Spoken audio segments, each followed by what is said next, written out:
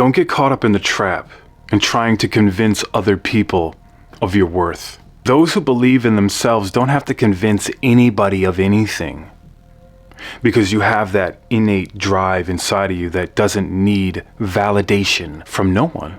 And that is a really good spot to be in. Your confidence doesn't unwaver because of somebody else's opinion of you. You know where you're headed, you know where you're going, and you know what's coming to you.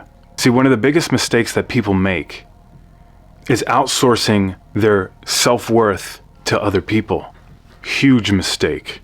This will cost you years of your life. Please don't do it.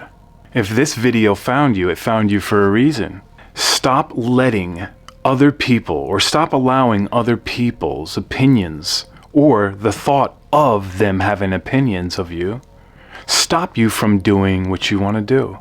Stop allowing their perceived opinions to control you. The invisible hand, once again, at work. Make the decision today that you are no longer going to allow that to happen. It's a very subtle, sneaky thing that creeps into the mind, isn't it? Shut it out.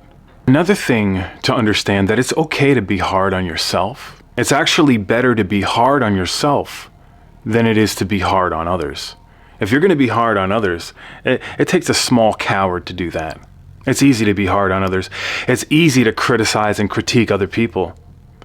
But it's more difficult to look inward and critique yourself, to actually design a plan for yourself. Now, I'm not saying don't have grace toward yourself, and others for that matter. You got to approach things in a way where you do have grace toward yourself and grace towards others. But critiquing yourself and having an obsessive tendency to improve yourself constantly is a gift that many people go through their whole lives not having. If you fear a little bit of suffering, you're already suffering from what you fear. Don't be afraid of hard work. A little bit of hard work and hard rest is essential. It's a beautiful thing. If you can't just endure some hardship once in a while, you're cutting yourself short. For those who fear a little bit of suffering, actually suffer more from what they fear. Like it's a stagnation that just sits there. It's like a black cloud that's wrapped around your head. Get out on the battlefield. Get in the arena. Let's see some blood, sweat, and tears. And another thing, don't be afraid of criticism. We live in a day and age where people consider it an attack if you attack their character online. So if you have content creators that are making content, and then there's some people who don't agree with the content and they make their own content critiquing you or bashing you even, and you let it affect you, you let them win in a way.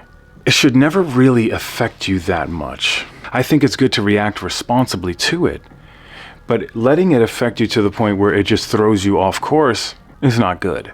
In any criticisms, even if it's blatant disrespect, there's always some truth that you can take or extract from it. Now, 99% of the stuff that they say may be wrong, but 1%, there's a 1% truth in there. If you can extract that 1% truth, take that, disregard the rest, I think you're on your way. Because I see this happen constantly. I watch a lot of content creators, a lot of smaller YouTubers. And what I end up seeing is when they get hates in the comments section, either they quit their channel altogether or they react emotionally. And then this throws them off their true essence of who they are and why people like them in the first place. Now, if your whole thing is going at haters and battling, then that's something totally different. But if they take you out of your element, they got you right where they want you. They want to pull you down. Don't allow that to happen. So that's it. These are the philosophical notes that I wanted to share.